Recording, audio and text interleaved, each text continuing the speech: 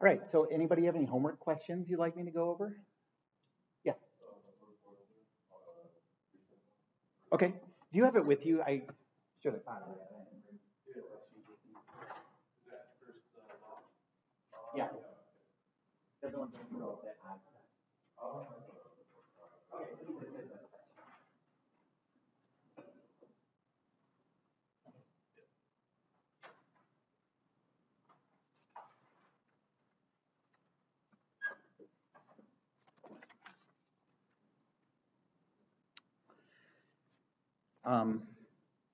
Okay, well, first, so exam 1 is on Tuesday, so be ready for that.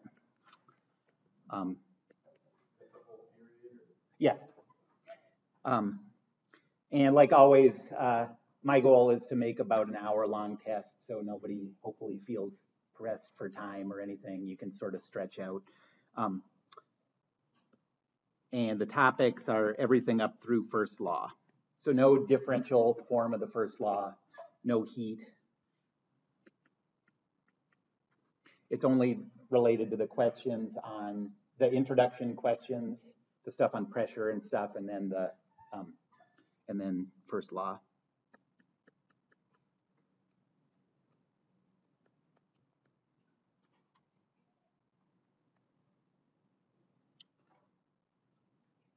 Okay, so first question is on first law,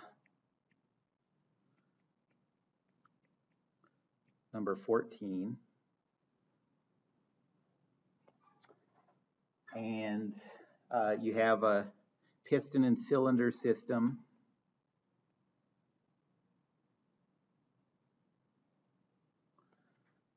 And the gas is air.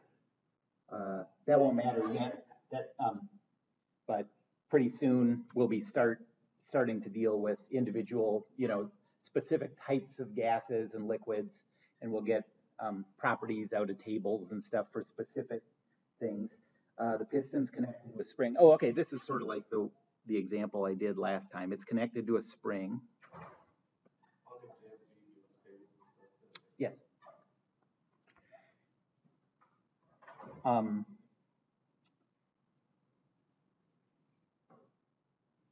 And the air changes volume slowly from 0.003 meters cubed to 0.002 meters cubed. So this is compressing.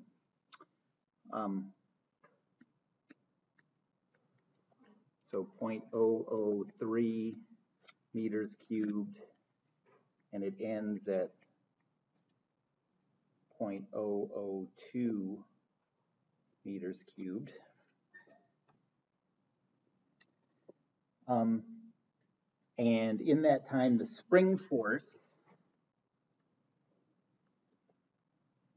varies from 900 newtons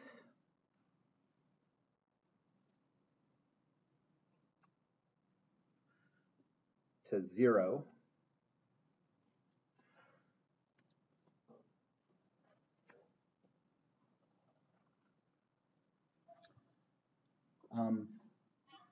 The area, the cross-sectional area of the piston and the cylinder is 0.018 meters squared.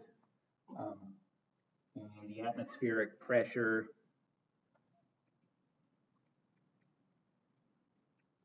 is 1 bar, 100 kilopascals, or 1.0 times 10 to the 5th pascals.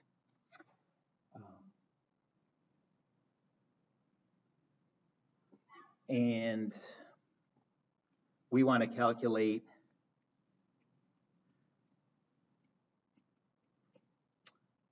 the pressure P1 and the pressure P2 at those two instants. And then we want to calculate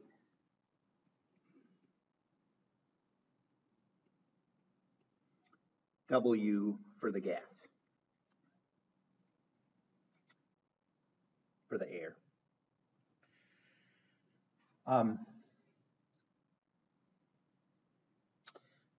Well, and it says, I guess I didn't write this down, but that spring varies linearly um, with the volume.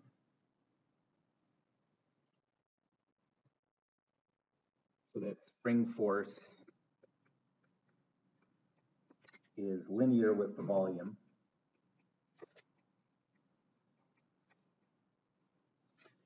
And this motion, it says, happens slowly, so we can assume that this is quasi-equilibrium.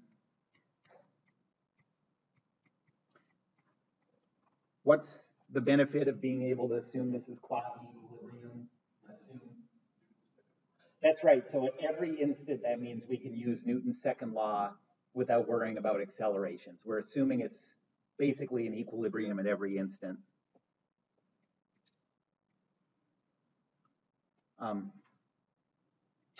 And just sort of as far as like recognizing types of problems, what are we almost certainly going to be doing for part B here? I mean, so here's the thought process as I see it. Like you see this thing, you have a pressure, like it's asking you to calculate the pressure that's going to relate in some way to volume, because we know that that spring force is linear with volume. So it's almost unimaginable that we would have to do anything other than one approach to find that work.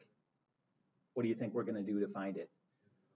Yeah, we're going to take the integral of PDV almost definitely, because in order to do that integral, what you need is the pressure as a function of volume or a constant. Okay, so it seems like just a very standard setup.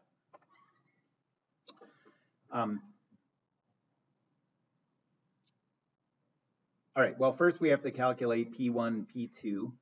So let's do a free body diagram of the piston.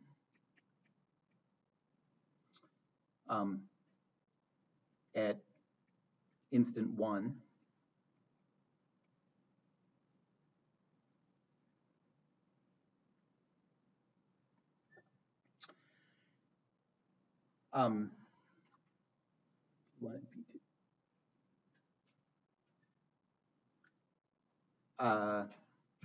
So what forces do we have? We have the downward force from the spring.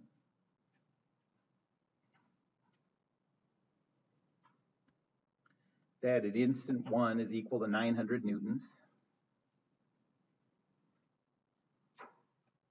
And then we have the force from the atmospheric pressure, which is 1.0 times 10 to the 5th times the cross-sectional area of the piston, so 0.018. And then from below, we have the cross-sectional area of the piston times the pressure in the air. And since it's quasi-equilibrium, we can assume that the forces coming from the top are equal to the forces coming up from the bottom. So Newton's second law, assuming equilibrium, says 900 plus 1, 2, 3, 4, 5. So that's 1800 is equal to 0.018 P. And so what do you get for P1? I'm going to call this P1.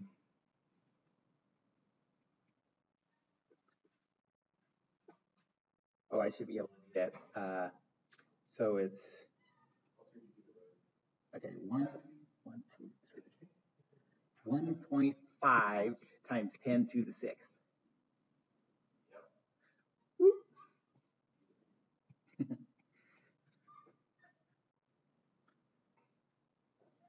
Okay. So that's P1. And then free body diagram for the piston at instant 2. To the 5th, damn it.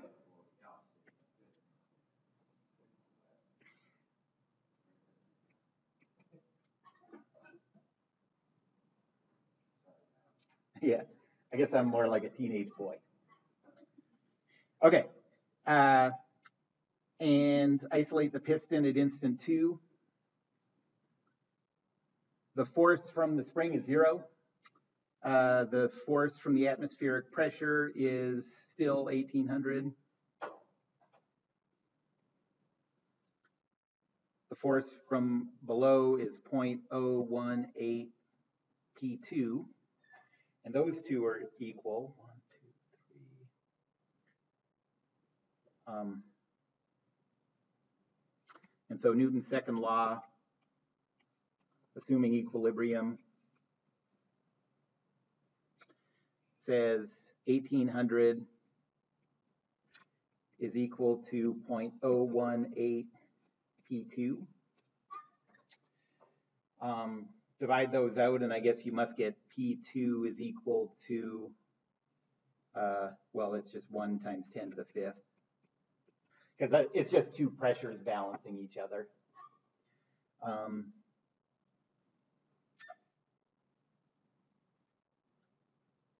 Okay, so that's part A. Now, part B, we have to calculate the work. And so what's the thought process on this? Where do we want to start? How do we want to approach this? So if you recognize that we're probably trying to come up with integrating PdV to get W, what we need to come up with is pressure as a function of volume. And what we saw, in part A, we didn't come up with pressure as a function of volume, but we did see that at each instant, the pressure at the bottom is dependent on that spring force. So I think the approach we want to take is let's represent that spring force as a linear function of volume, okay? And then set up a general free body diagram for like a general volume for somewhere inside that process. We'll come up with the air pressure as a function of that volume, and then we can integrate it, okay? Any questions about that? All right, well, we know that the spring force is equal to m times volume plus b. That's just an arbitrary linear function. And we know that at instant 1, the spring force is 900. The volume is 0.003.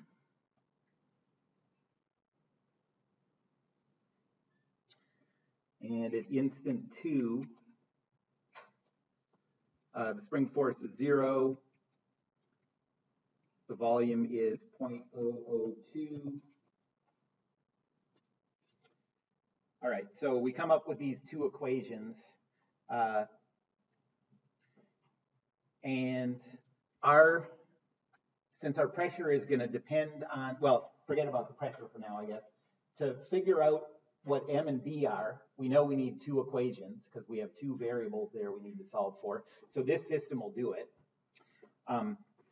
And so let's just do a substitution. I'll use this one over here, and it tells me that b is equal to negative 0.002 m. And then I'll plug that in to the one from instant 1. We got 900 is equal to 0.003 m minus 0.002 m. So 900 is equal to 0.001 m. So m is equal to 9 times 10 to the 5th. Yeah. And then we can plug that back in to find b. I'll use this equation over here on the right. So b is equal to negative 1.8 times 10 to the what do we, I guess that must be 1800, right?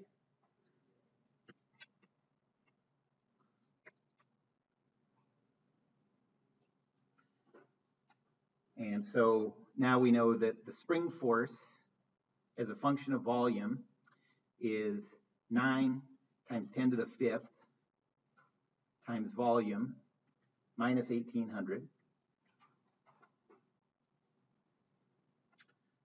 And now I'll draw a free body diagram of the piston.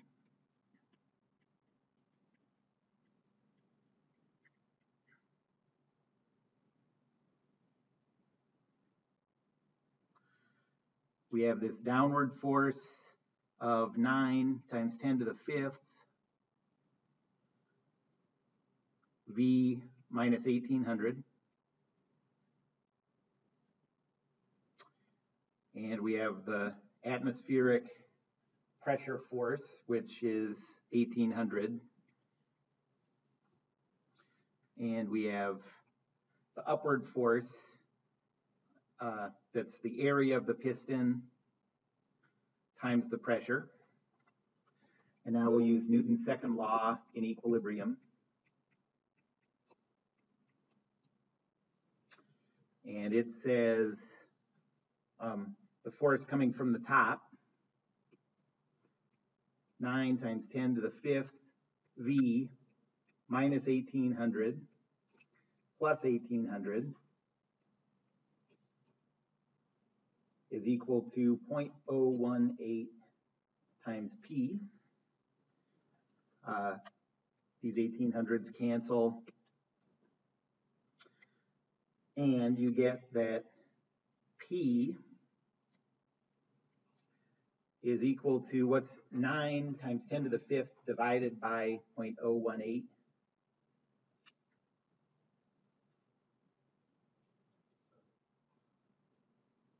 What?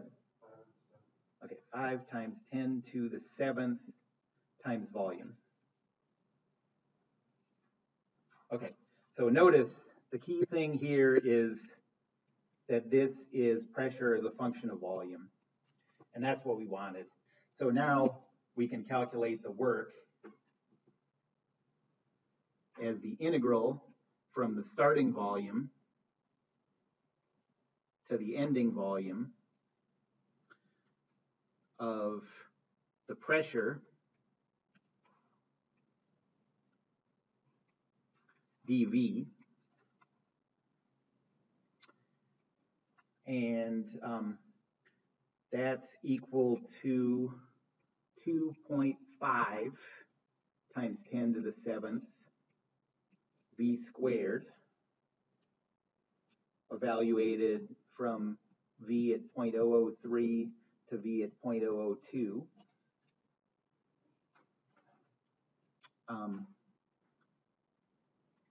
And so that is 2.5 times 10 to the 7th times 4 times 10 to the minus 6th, I think, minus 9 times 10 to the minus 6. And so that is 1.25 times 10 to the 8th times 1 times 10 to the minus 6. And so 1.125, I think.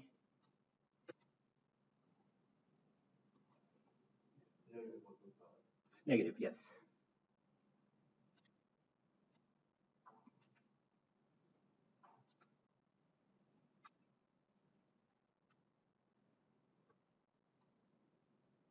Okay, so that's the work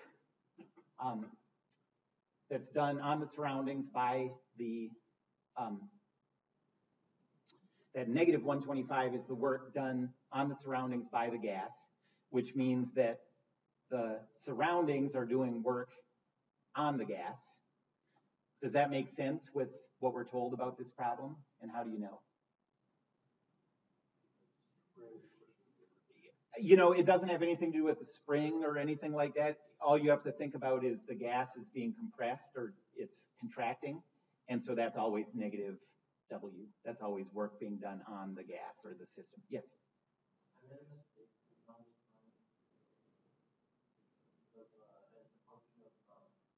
Mm-hmm.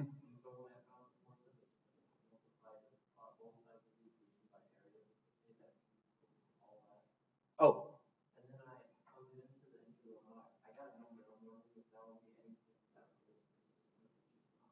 you got a totally different number? So you just have an extra area multiplied in somewhere, right? Um, I suppose that would be like, I mean, basically it's nonsense. But that would be, I suppose, there could be a thing where like, so they say this is a spring, but obviously it's applying a gigantic force, you know. Um, really, that could be generated by any kind of elastic force. And if you had that elastic surface represented as a force per area, like a distributed load, then your answer is probably related to that in some way, you know. So I suppose you could, a problem could be given in that way, you know. Yeah. All right. So you're saying that it was a minus sign because of pressure. Yeah, as long as the gas is, the volume is decreasing, W is negative. All right. Exactly. So are those key words we can also look for as well as that problem previously that had expansion and that turned out to be positive? Yes, anytime it expands, W is positive. Anytime volume decreases, W is negative. Yep, every time. Yep. Well, I should say that's the W that's caused by expansion or contraction. There, you know, we talked about other types of W, and those can add up in other ways, you know. But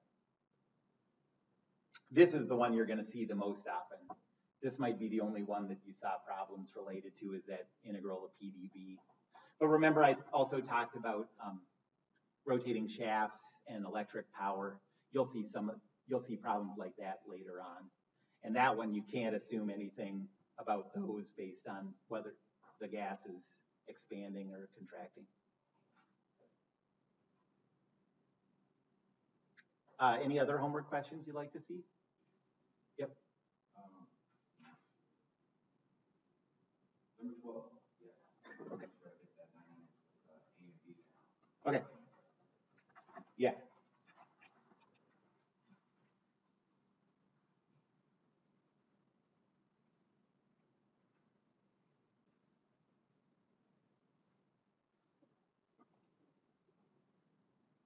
Okay, so you have a gas.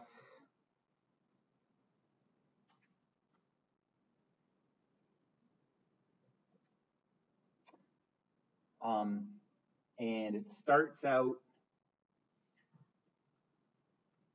with a pressure of 2 times 10 to the 5th.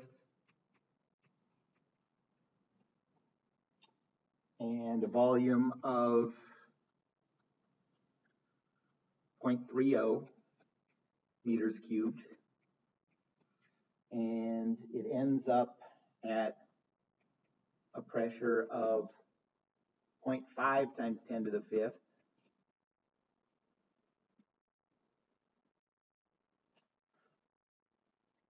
And a volume of 1.5 meters cubed. I don't know what happened here with the wording, but it says it's compressed. That's obviously not compressed if the pressure goes down and the volume goes up, but mathematically you treat it the same way, but I better change that.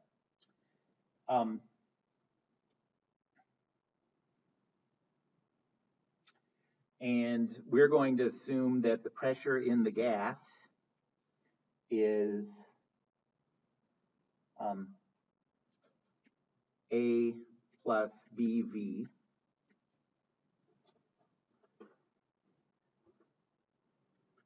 And we want to calculate W.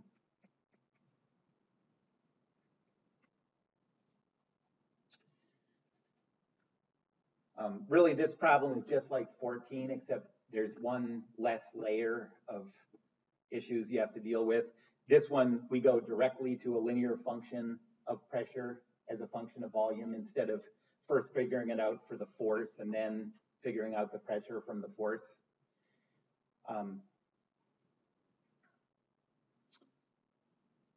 All right, well,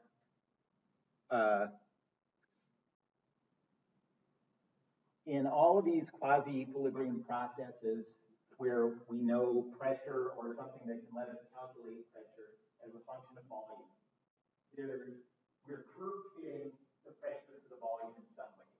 In this one and the last one, we're curve fitting it to a line. Okay, because supposedly the idea is someone else in the group you're working with did some experiments and figured out, okay, in this kind of process with whatever material we're using and whatever, we just see that it's roughly linear, so let's make that assumption. But so when you're curve fitting, there's some number of constants that you have to solve for, always. In this one and the last one, there are two constants we have to solve for. And that means that we need pressure and volume each at two different instants. Okay.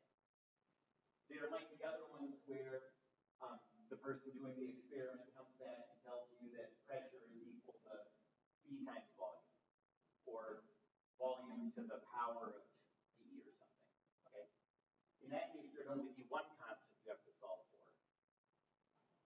Then you wouldn't need to know both of these at two different instants. You only need it at one or the other because you only need the number of equations of the number of variables you're looking for.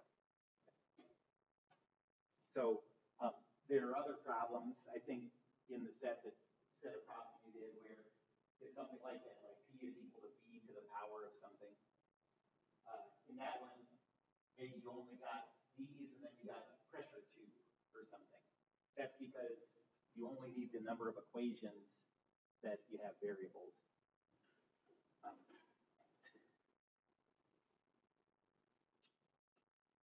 Okay, so to come up with our system of equations, like you always do in these kind of problems, we're going to do instant 1 and instant 2.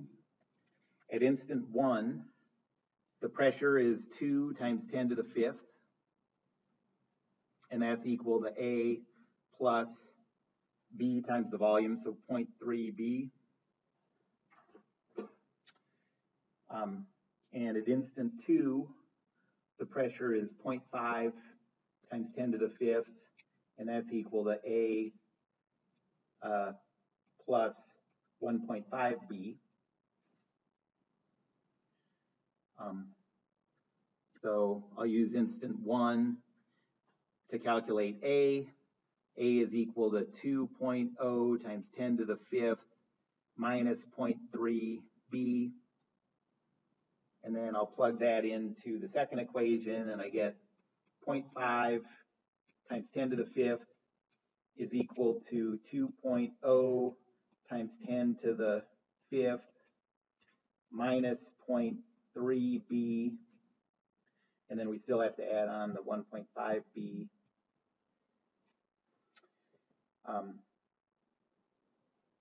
And subtract 2 times 10 to the 5th from both sides, you get negative 1.5 times 10 to the 5th is equal to 1.2 B. And so B is equal to negative 1.2 times 10 to the 5th.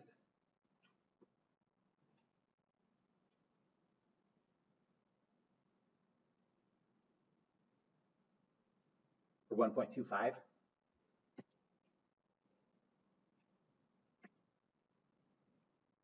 Times 10 to the 5th. And then plug that back in for A. And what do you get for that?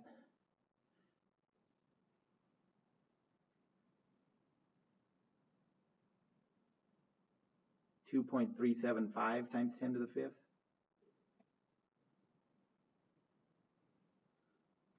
2.375 times 10 to the fifth. And so now we know that pressure as a function of volume. Yep, exactly. Is equal to 2.375 times 10 to the fifth minus 1.25 times 10 to the fifth times volume. And so then the work is the integral from the starting volume to the ending volume of 2.375 times 10 to the fifth minus 1.25 times 10 to the fifth v dv. You get this polynomial you have to solve for. Okay, so what do we know about the sign that we're going to get when we integrate this? So, right, we know that the gas is expanding, and if the gas is expanding, then when you compute that integral, you have to get a positive answer. Yep, exactly.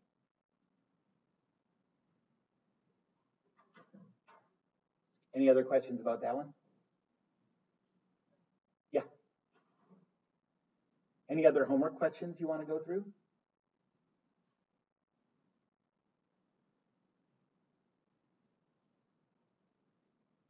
Okay.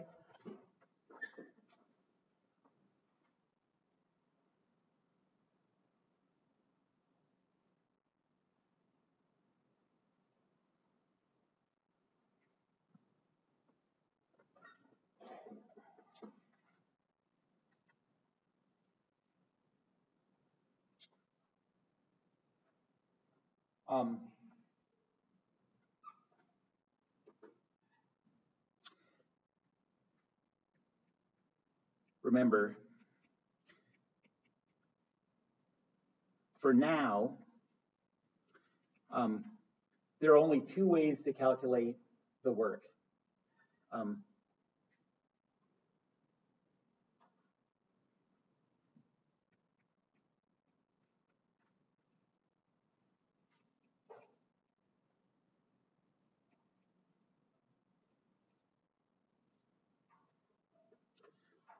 The first one is through the first law of thermodynamics. So if you know the change in energy and the heat transfer, then you can use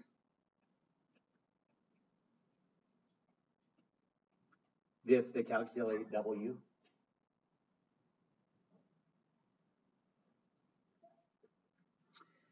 And the second way is if you know P is a function of V, or if you have constant P, then W is equal to the integral of P dV.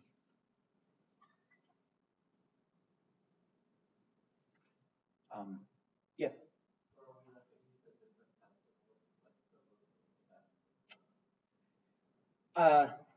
Well, I was just going to write down here. I guess this is kind of cheating, but, or you can use the rotating shafts thing.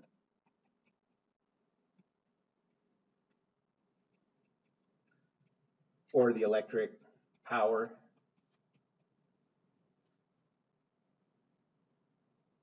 If you're given those. But I don't think that in the homework you did, there's either of those anywhere. So that's not going to be on the test. So for the test, forget about that stuff in the parentheses. Okay, there's only two ways to get it. And so you either have to be able to come up with pressure as a function of volume, or you have to have some way of knowing the change in energy and Q.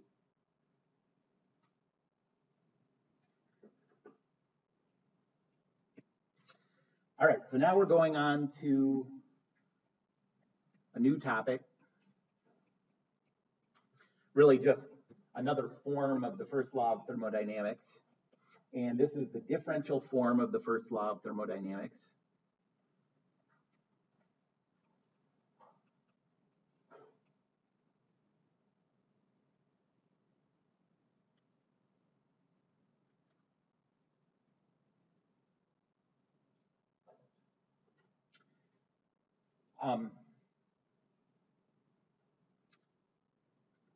And the equation is dE dt is equal to Q dot minus W dot. It's a little bit of a funny notation. It's funny because what does a variable dot mean? Yeah, derivative with respect to time. So why are we using like a different notation for the derivative of E with respect to T? And it's because Q and W aren't, they're not defined at a single instant. They're both changes. So you have to think about these a little bit different way. Okay. So the meaning of these is dE dt is the time rate of change of energy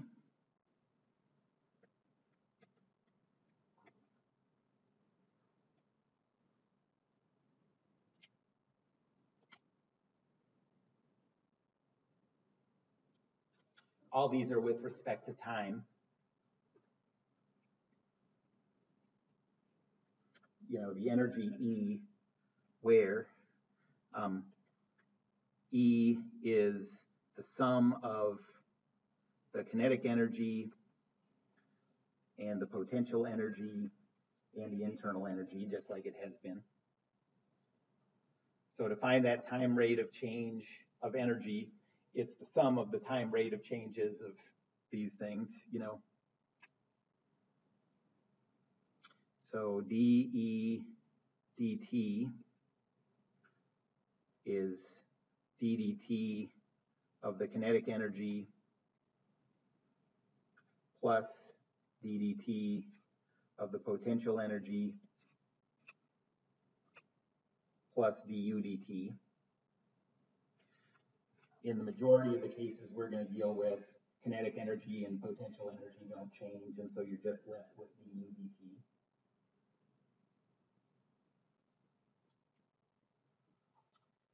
Q dot is the rate at which energy enters the system through heat.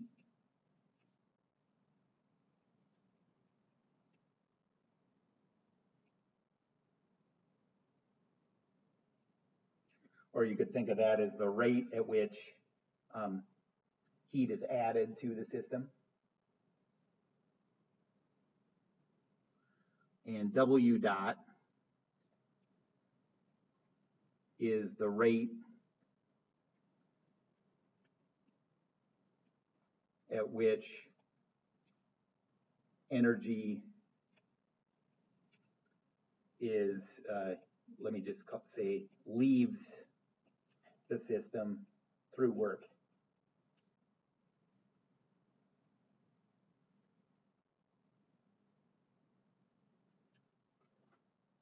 So Q and Q dot deal with energy being added to the system, and W and W dot deal with energy being lost from the system.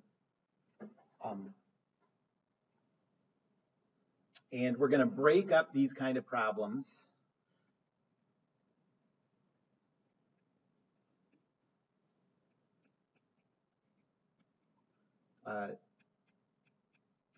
differential first law problems.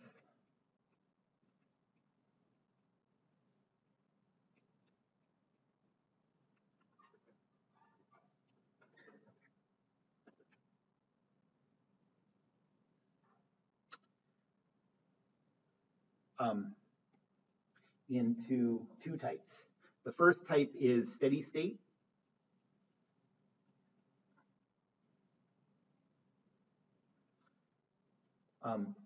And steady state means that, so you can imagine a case where energy is coming into the system and leaving the system, but the temperature of all the points on the body stay the same. You know, like if you,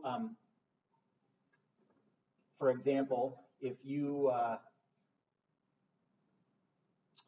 think of a window in the winter, okay, and your house is heated from the inside, and it's really cold outside, steadily heat is being lost from inside the house to the outside. But if you felt the outside of the window or the inside of the window, it's the same temperature at midnight that it is at 6 in the morning. There's just an equilibrium there, even though you're pouring energy out through the window. That's a steady state case. It's not saying there's no transfer of energy. It's just saying that the internal energy at any point in the window is constant, and potential and kinetic energy. If you have kinetic energy in a window, that's super bad.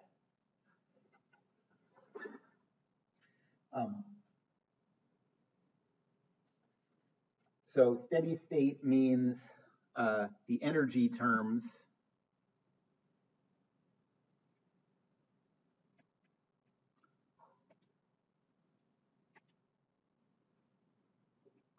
stay constant over time.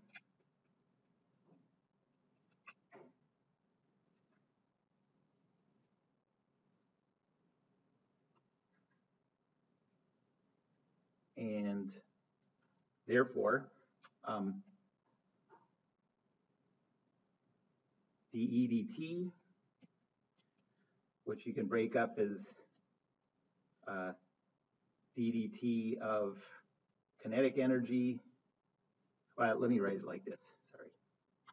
So dE dt is equal to 0, and all those individual terms are equal to 0 too. You know, the time rate of change of kinetic energy is 0, the time rate of change of potential energy is 0, and du dt is equal to 0.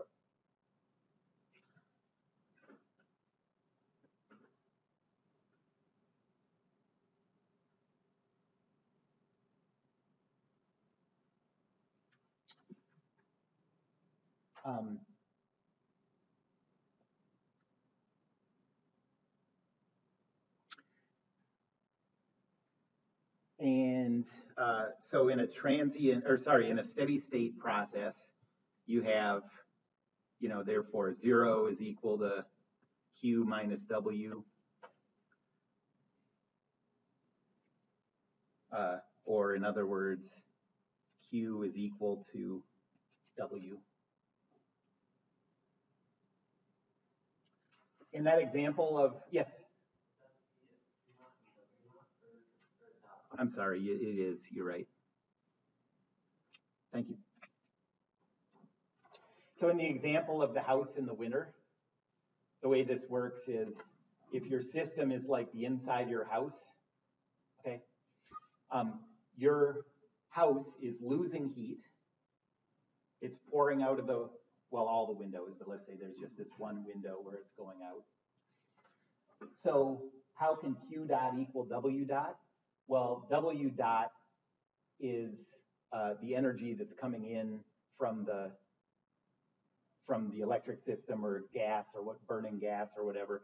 It's so there's work being done to generate heat inside the house that's then leaving at the same rate you're producing it.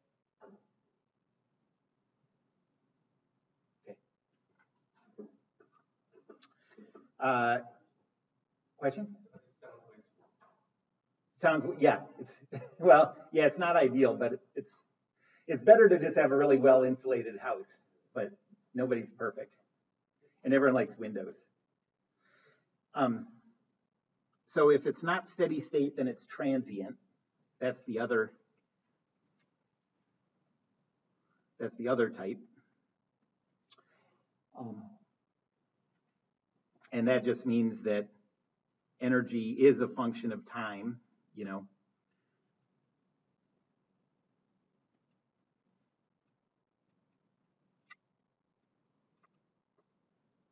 And that means that dE dt is not 0, and you have to use the full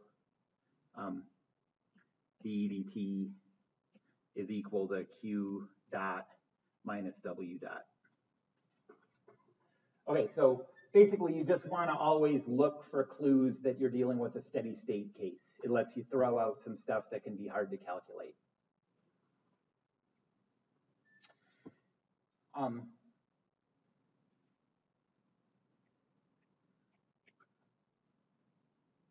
One case where the differential form of the first law is useful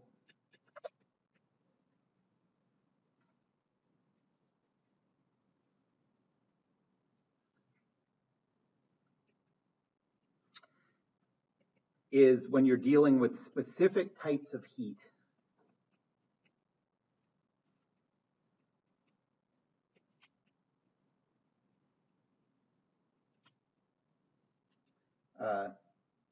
Let's say types of heat transfer.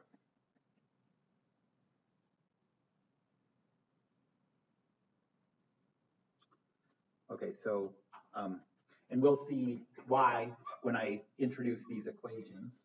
But so now as a little like subtopic, let's talk about heat. And there are 3 ways that energy can be transferred through heat.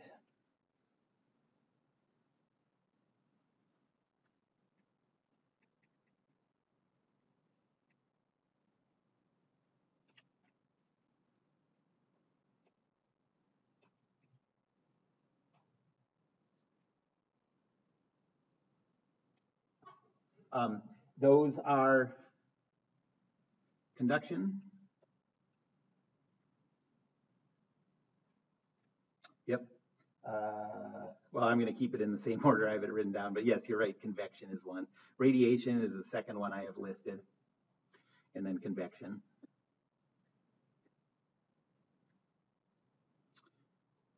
And we're going to talk about how to do calculations for those 3 individual types. Yeah, question?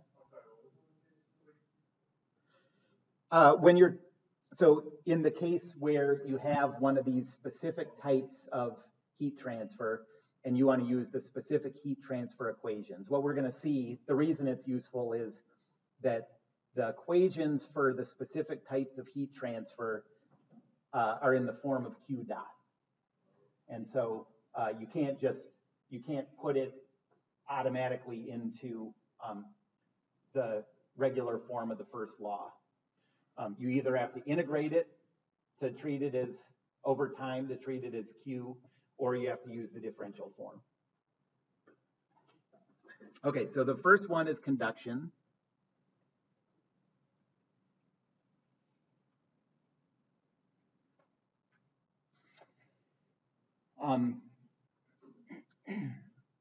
So this is when energy is transferred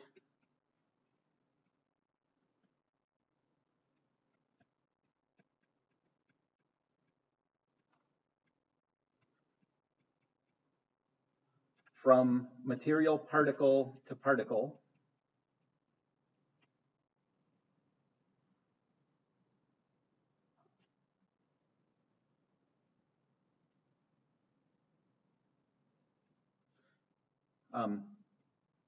While each particle stays in the same location.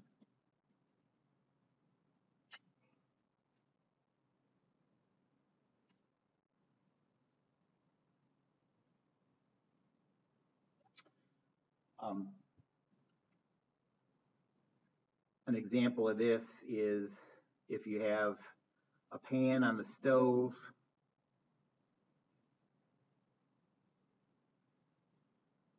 and it's heated up and you look and you're like, that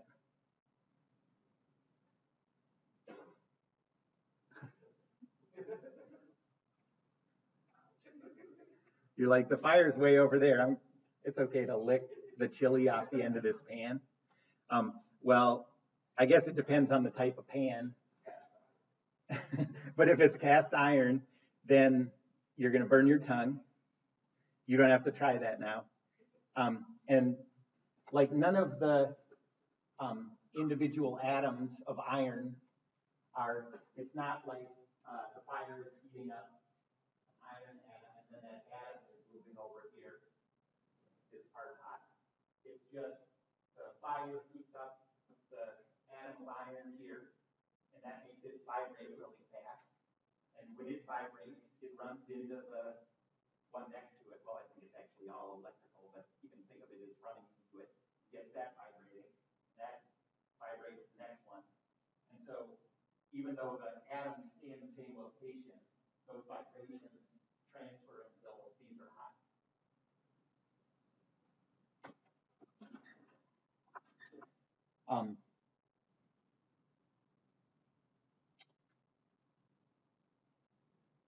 And one thing to notice here,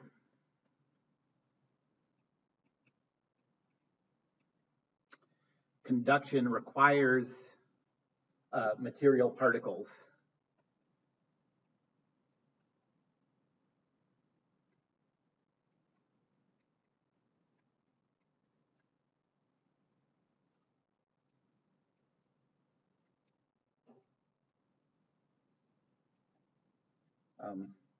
That can pass on those vibrations.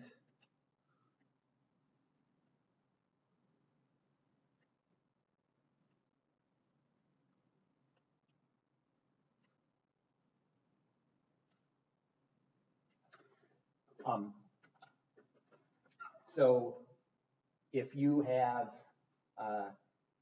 something hot and then empty space between that and something else, no conduction will ever happen no matter how long you wait and how close together they are. Because as I described it before, what happens with conduction is you get vibrations, they make the next thing vibrate. As soon as you run out of, you get to the place where nothing can vibrate, that signal is lost and conduction can't happen, okay? With conduction, the equation for Q dot is, I'm going to give it in the form that you're normally going to see it, negative kappa, Greek letter kappa, times A times D temperature, D time. No, sorry, D temperature, dx. Which one? That's a lowercase kappa.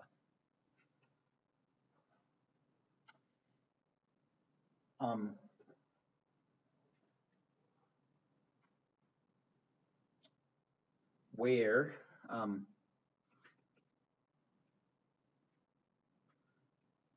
kappa is called the thermal conductivity.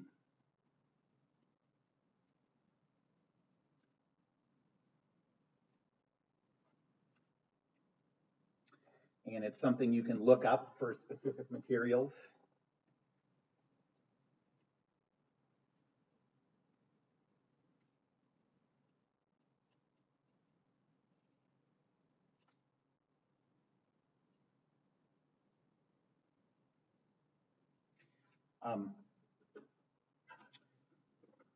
Insulated things, coolers and whatever, are made out of materials with as low a thermal conductivity as they can find.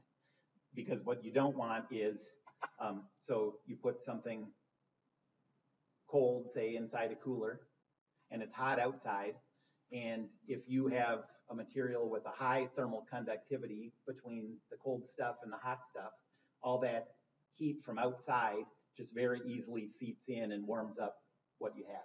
So you use styrofoam, or I think maybe the fancy ones now, I think I might have heard that they create vacuums inside. Makes sense because, like I said, conduction requires a medium to transfer. So if there's no medium there, that conduction signal doesn't go anywhere.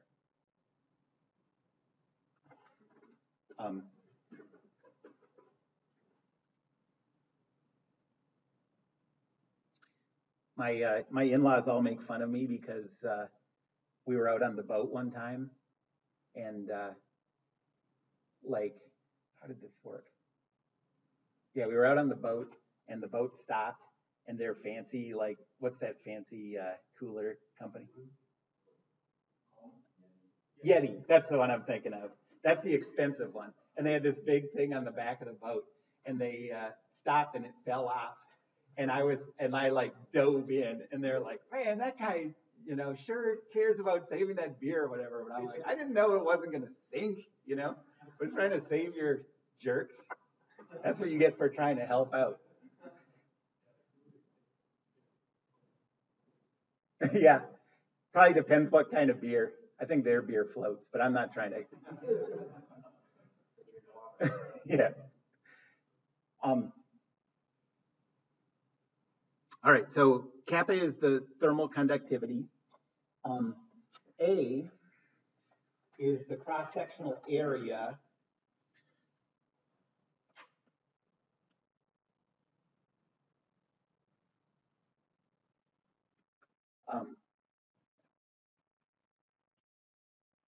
that's perpendicular to the direction of heat flow. A picture will make this clearer than the words.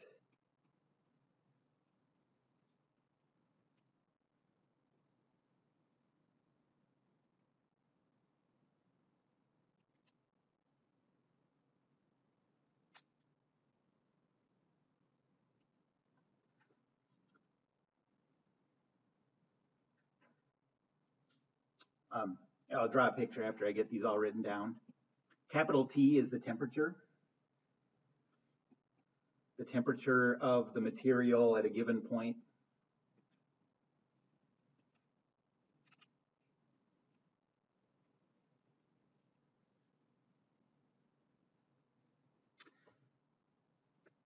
And X is the location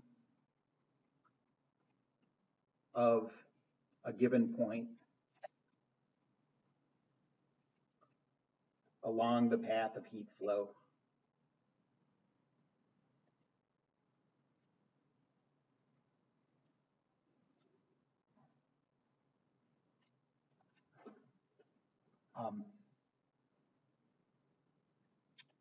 All right, so if heat is being transferred along this pipe, so say the direction of heat flow is this way, okay, then that means X is parallel to that line of heat flow.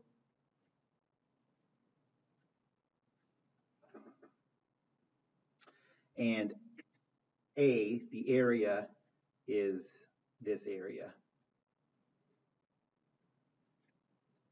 Like the area of like the window that the heat is traveling through, perpendicular to the flow. The next question is, what about that negative sign? Well, that'll be useful for those of you who take a future class in heat transfer where you're dealing with this stuff as differential equations. But for us, there's not really any, you can just ignore that negative.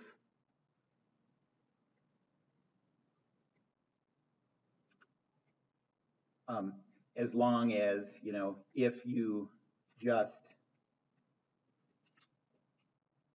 remember that heat flows from the high temperature to the low temperature. That's pretty obvious,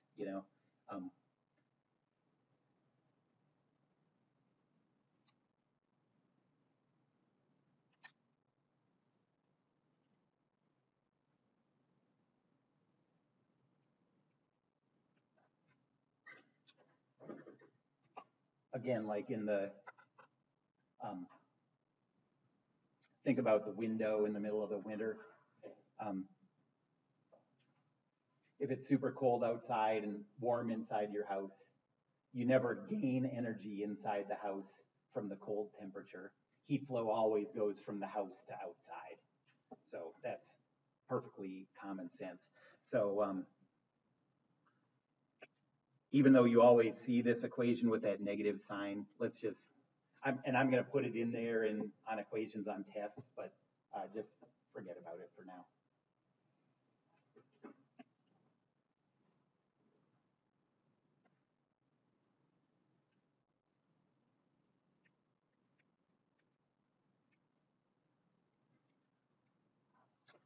Okay, so for an example problem, let's say that we have this window.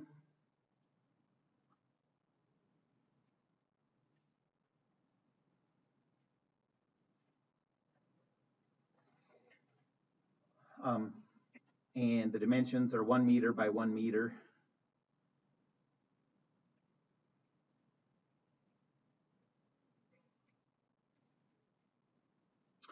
And the thickness is 2 centimeters.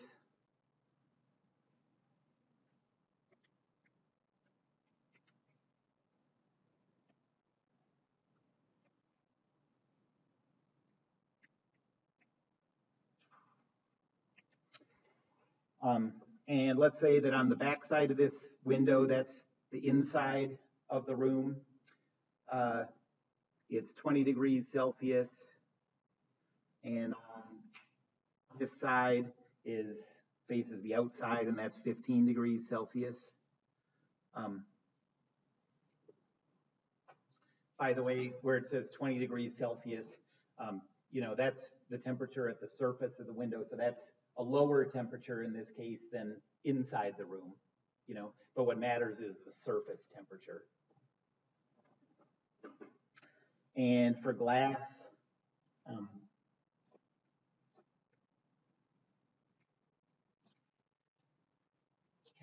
is 1.05.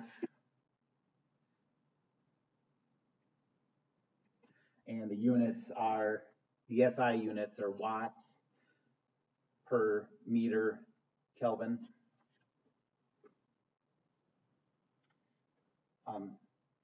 So now if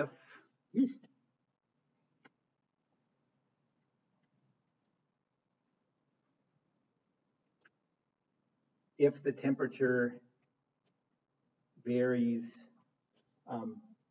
linearly,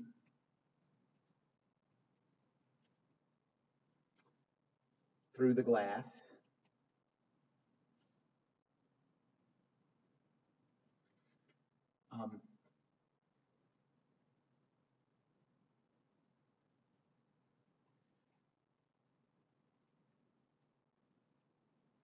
what's Q dot?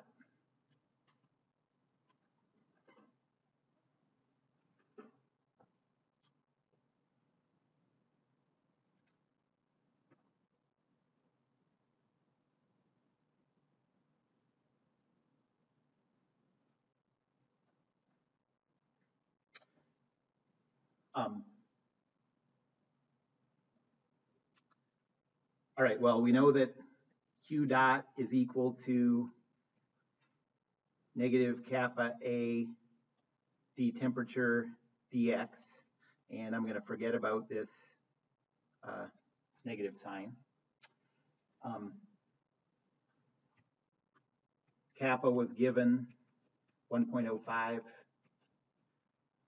A is 1 meter squared.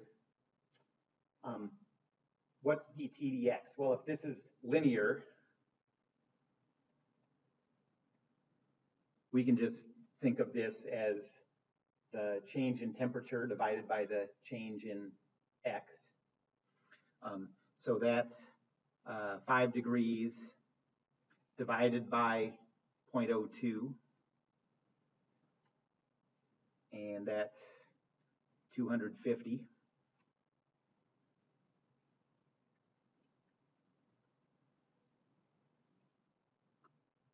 And so Q dot is equal to 250, let me do it in order, 1.05 times 1 times 250 and you get an answer of 262.5 joules per second. Is that a lot of energy? Well, it depends, I guess, what your standards are, but a joule is a really small unit of energy. If you eat 2,000 calories a day of energy, that's about 8 million joules. So 262 joules isn't very much, but that is per second. So that's going on 24 hours a day. You lose a lot. The last question is, yes. Okay, so that's sort of what my next question is. So the negative sign is a direction, okay? So what we have here is a magnitude of heat flow. And now we can just look at our system and tell what the direction of heat flow is. It's going from the 20 to the 15. It's always going from high to low. Okay, so if we're going to use this in the first law, what would Q dot be in? This is a trick question. What would Q dot be if we're using the differential form of the first law? What? It depends, exactly. It depends what your system is, and we haven't specified anything about what our system is. If our system is the inside of the room, the 20-degree side, then that heat energy is being lost, so Q dot would be negative 262. If our system is the 15-degree Celsius side, then that heat energy is being gained, so Q dot would be positive 262. Okay, so it all depends on your system. So it's easier, instead of thinking about it in terms of signs, to just know that that heat is going from high temperature to low, and then use that in conjunction with what you know your system is. Okay. So let me just write something like that down. So notice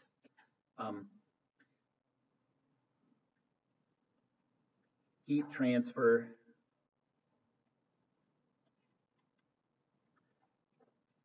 is from the 20-degree side to the 15-degree side.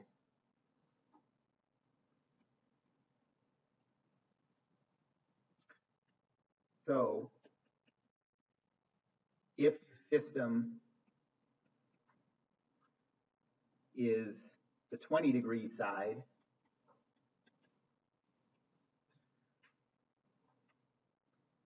then Q dot is negative 262.5 joules per second. Oh, joules per second are watts, by the way, too. And if your system is the 15-degree side, Q dot is positive 262.5 joules per second.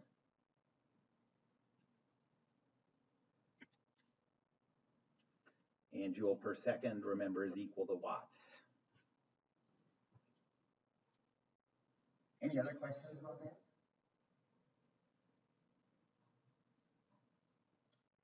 Does iron have a high or a low thermal conductivity? High, yeah. And styrofoam has a low thermal conductivity. Okay, well, that's it for today. So, question? Can you just scroll back to where we finished the homework, just for your first